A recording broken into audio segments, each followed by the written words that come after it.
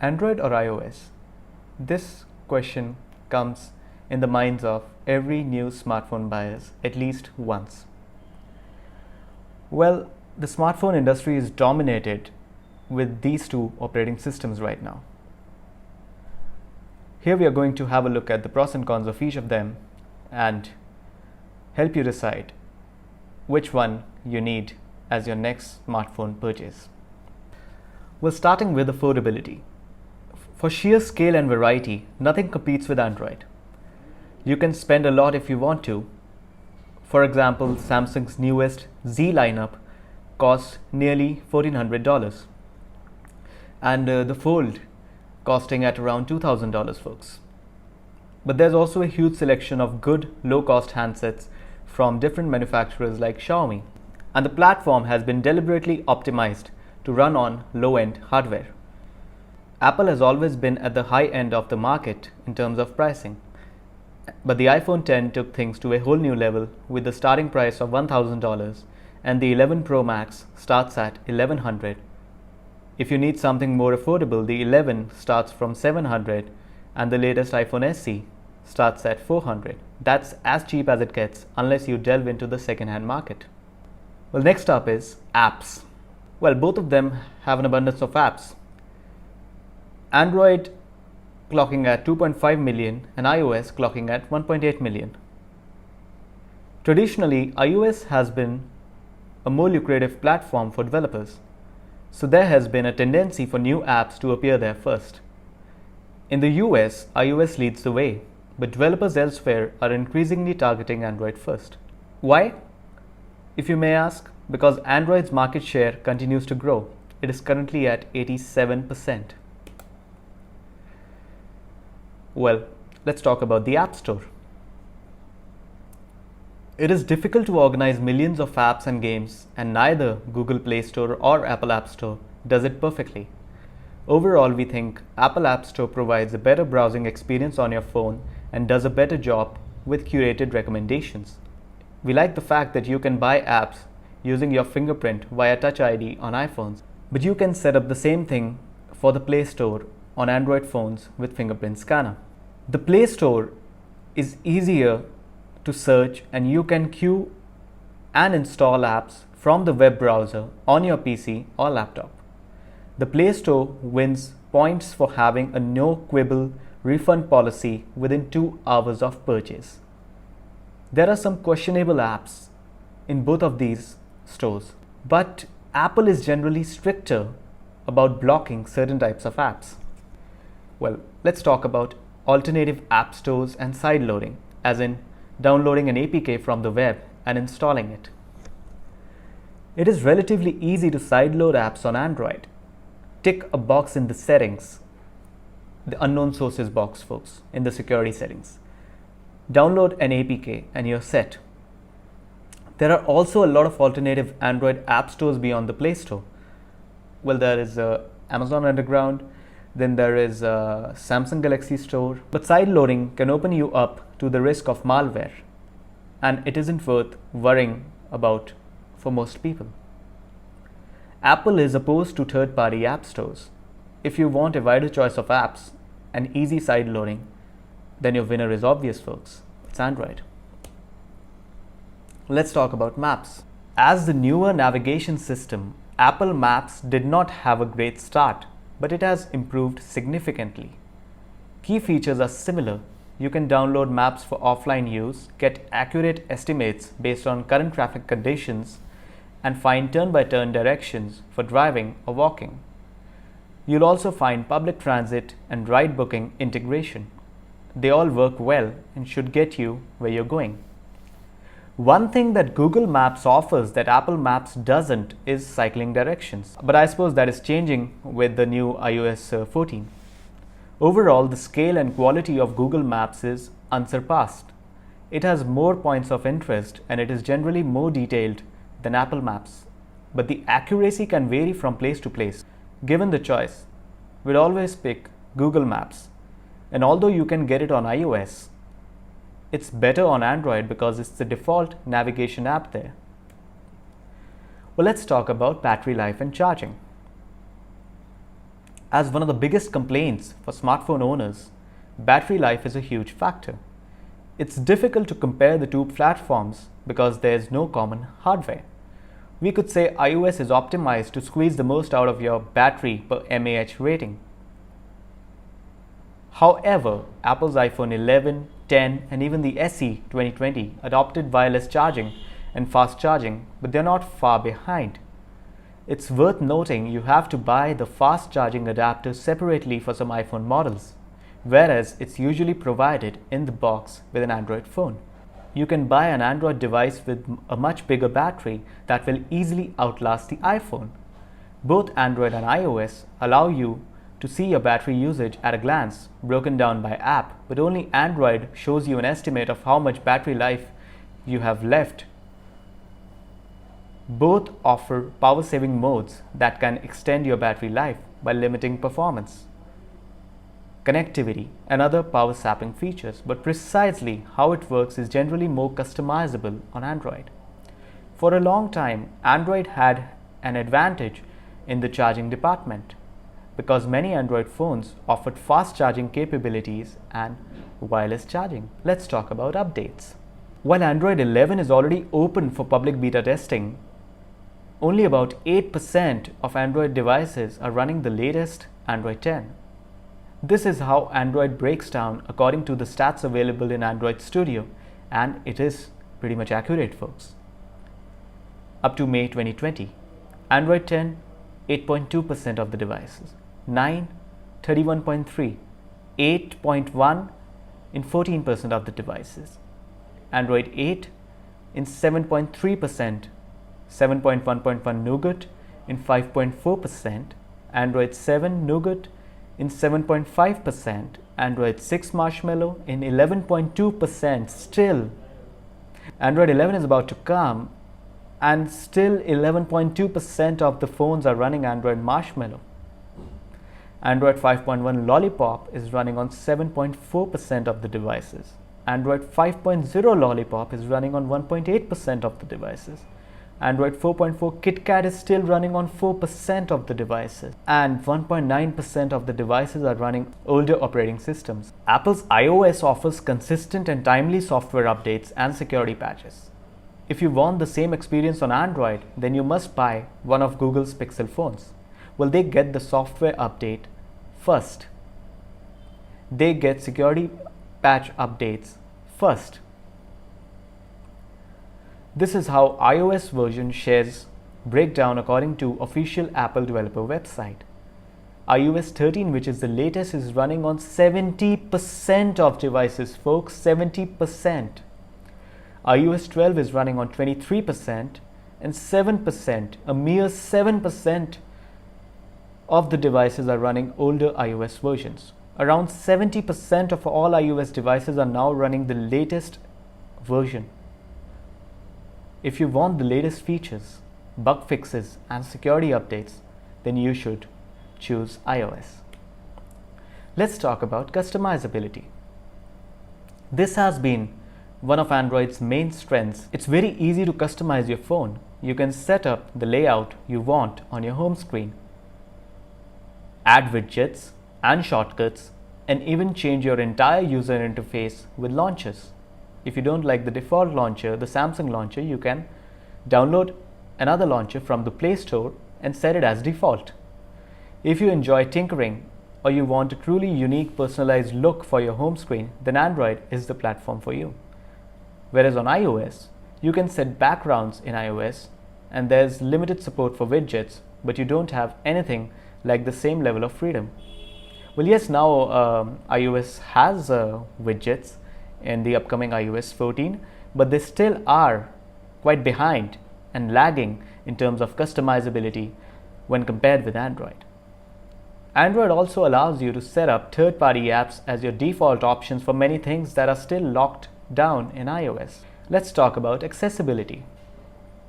The perception that Android is more complicated than iOS still prevails, but there's no need to dive into customization options. Both platforms offer a good range of accessibility features. If you're looking for a device for an elderly relative or a technophobe, then you'll find some specialist offerings on Android, but they tend to scale down what's possible. Manufacturers like Samsung also include options like Easy Mode, which makes the interface bigger and simplifies the whole experience. Or you can opt for a third-party app to do the same. There are lots of good apps aimed at elderly on Android and iOS both. iOS is indeed simpler and easier to use in some important ways. It is uniform across all iOS devices, whereas Android is slightly different on devices from different manufacturers because different manufacturers have their skins on top of stock Android. We also think that iOS is less cluttered and more streamlined than most Android phones, although Google's stock Android is every bit as elegant and accessible. Let's talk about calls and messaging. Basic calls and messaging functionality are good on both platforms, but it can be confusing on Android. Google appeared to be folding everything into Hangouts, which allows messages, SMS, video chat, group chat, and more via Wi-Fi or your data network. But then it somewhat confusingly released Allo and Duo, and now it is retiring Hangouts. There's also Android Messages, which used to be called Google Messenger, and it's now the default texting app. To make matters worse, you'll find many manufacturers like to offer their own alternatives, like Samsung has their own messaging apps. Many Android phones come with their own messaging and dialer apps in addition to Google's messaging apps, or they simply eliminate the Google apps. It looks as though chat, based on the new Rich Communication Services (RCS) messaging standard, will unify things, but it will be a while before it's available on all Android phones. It's already been about 2 years, folks. I suppose it was announced with 8.1, and it still hasn't been fully rolled out. That's the state of affairs with the Android world. Whereas on the iOS, FaceTime and iMessage come pre-installed on every iPhone and iPad, so it's remarkably easy to connect with your friends and family. While iMessage is very easy to use, it works best when communicating with other iPhone users, creating a culture of blue versus green bubbles. You'll find third-party app integration, fun stickers, GIFs, and much more in iMessage. We give iOS the win for its consistency and ease of use. Let's talk about email.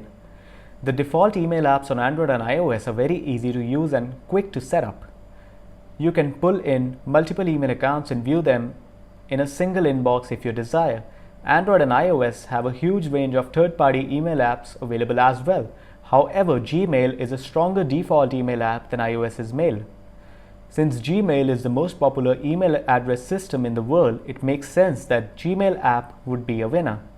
You can also add email addresses from different providers in Gmail with ease. The intuitiveness of the app with other Google Suite apps sets it apart from the rest. The only issue is that Android phones often offer alternative email apps made by the manufacturers, which may or may not be good. Let's talk about camera. This is a difficult category to call. In the past, we have argued that Apple does the best job capturing lighting, coloring, and other details, but the latest Android smartphones are casting a lot of doubt on that assertion. Google's Pixel 4 and Pixel 4 XL boast excellent cameras, but so do iPhone 11 Pro and Pro Max. While most of the current crop of Android flagships sport good or sometimes great cameras, there's a fair bit of variance, and the camera quality of many mid-range devices doesn't come close to the quality of iPhone cameras. As you'd expect, most budget Android phones have lower quality cameras. The camera apps on both platforms are very good and very fast. For ease of use and best results without tweaking, the iOS camera app takes the cake.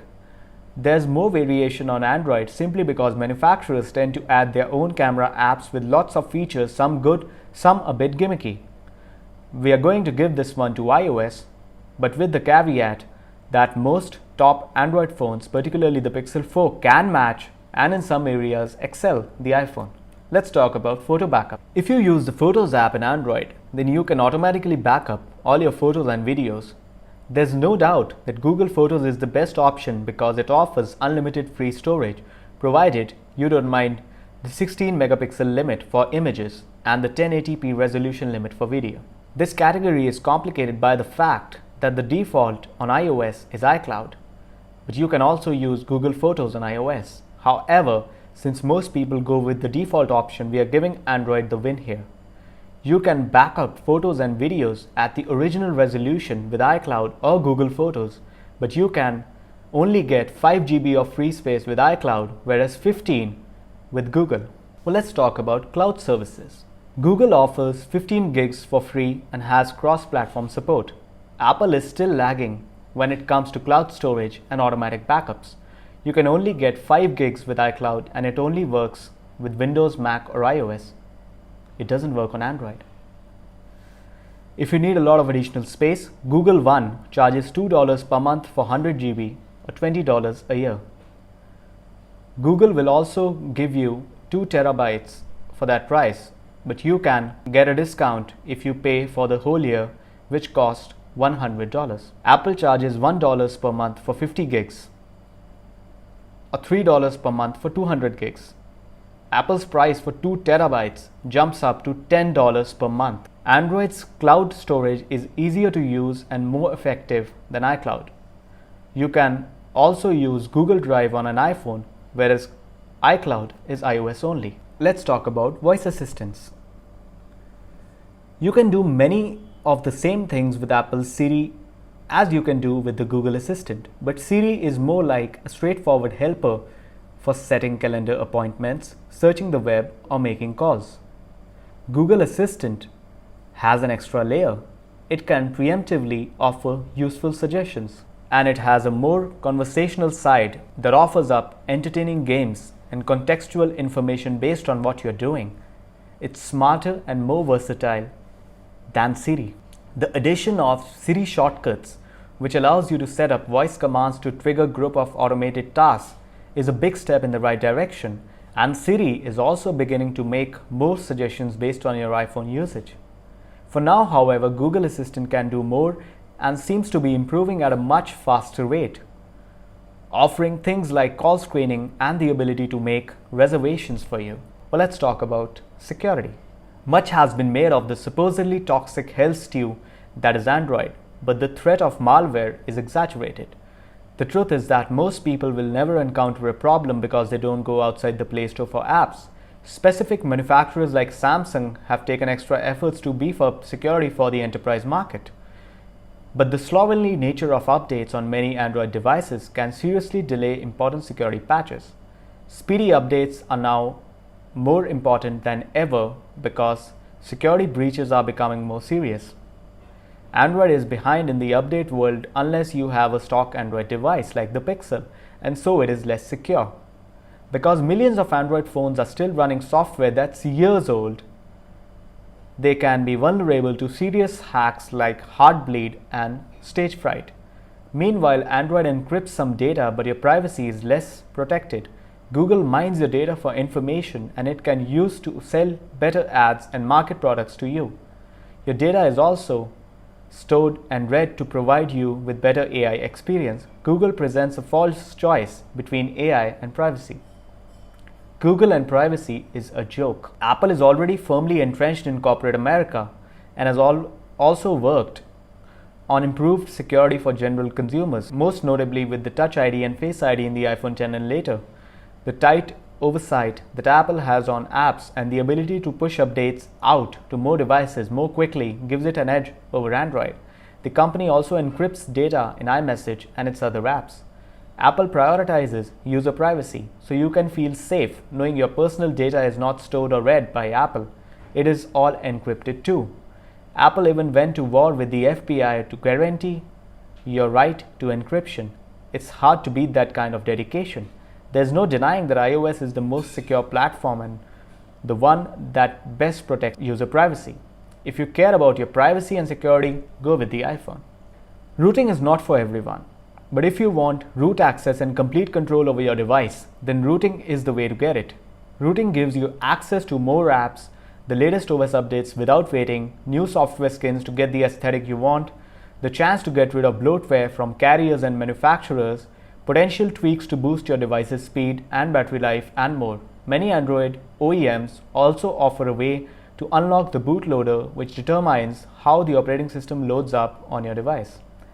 Apple is completely opposed to this kind of thing. Jailbreaking is an option for iOS, which lets you download and install apps from outside the App Store and bypass some other limitations. Cases and accessories.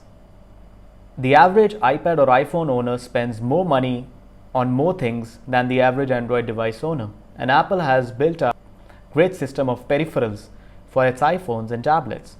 There are far more peripherals and cases aimed at the iPhone than any other device. This often means that you have to splash out an overpriced Apple adapter. Peripheral manufacturers may still go after iOS as their main target. On the other hand, Android devices have adopted the micro USB or USB-C standard, whereas Apple insists on its proprietary Lightning cable, which means it's much easier to find a charger if you're not an iPhone owner. It's also important to note that Apple's ecosystem of products all work together exceedingly well. The iPad, Apple Watch, MacBook, and HomeKit products all work together in perfect harmony. macOS, watchOS, iPadOS, and iOS are all well connected, making it easy to have all the Apple products on the same page. Since Android phones are produced by different manufacturers, product ecosystems vary. Samsung has a great ecosystem, for example, and Android phones have support from Home, Chromecast, and Wear OS. However, it's not quite as seamless. Overall, taking all the available accessories into account, you can have more choice with an iPhone, so iOS takes the win here, but with some caveats. Well, let's conclude. Numerically speaking, Android wins 10 categories and iOS wins 8 categories. But iOS wins in some of the more important categories.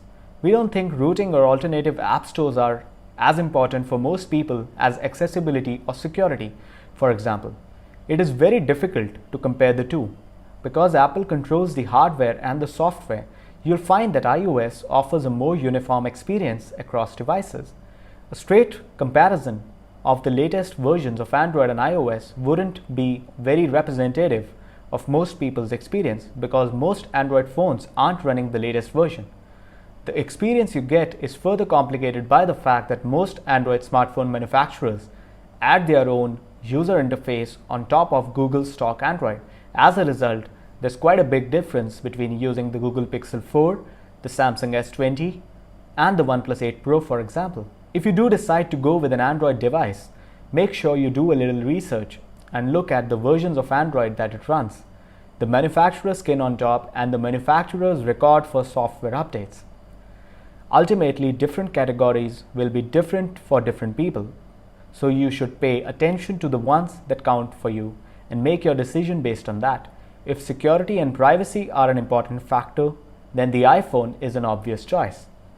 If battery life tops your list and you want to be able to customize your phone, then choose Android.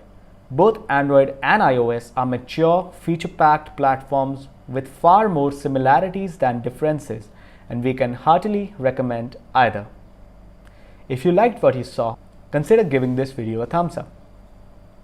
Share this video with your friends and family.